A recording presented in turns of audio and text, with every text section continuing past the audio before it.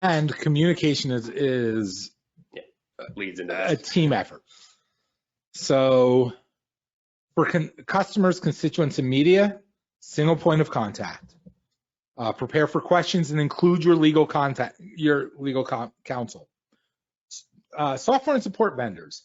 People don't think about this, but if you're infected, you have to let your internet service provider know. Law enforcement agencies. We'll get through this later, but the FBI it's important to let them know, possibly after you fixed everything, but they do need to know.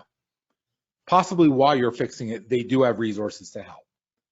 Incident reporters, that's primary and secondary points of contact.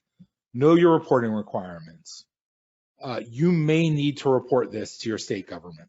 In Maryland, where we're located, there is a law that you have to report some of these. Know your threshold for when you have to report it. As I said, your internet service provider, your primary ISP, your backup ISP. If you have a separate DMZ, which I hate that we've stolen that from military terms because it really means something.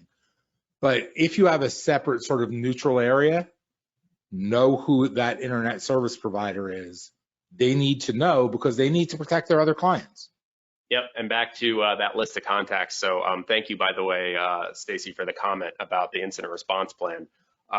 Extremely valuable resource because of all the consolidated lists of contacts. It's an amazing thing to have one sheet of paper to have all the most important phone numbers on that sheet of paper. And that is a first amazing step. And I would argue in that plan, Ron was just talking about the internet service providers, have phone numbers for them on some, maybe page 2, you know? So for every of these categories, for each of these categories, you're gonna wanna have a contact, at least one.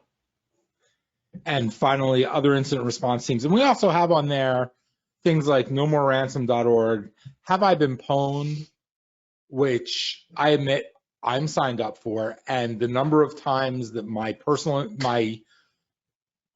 accounts, I'm not saying my SecuLore accounts, my personal accounts have been pwned is staggering and disturbing. Yeah, just by lieu of having an account somewhere, if they have a security breach, then suddenly you're part of the breach. So having reporting of some form from these companies, it does help you maintain your cyber posture, even on a personal level.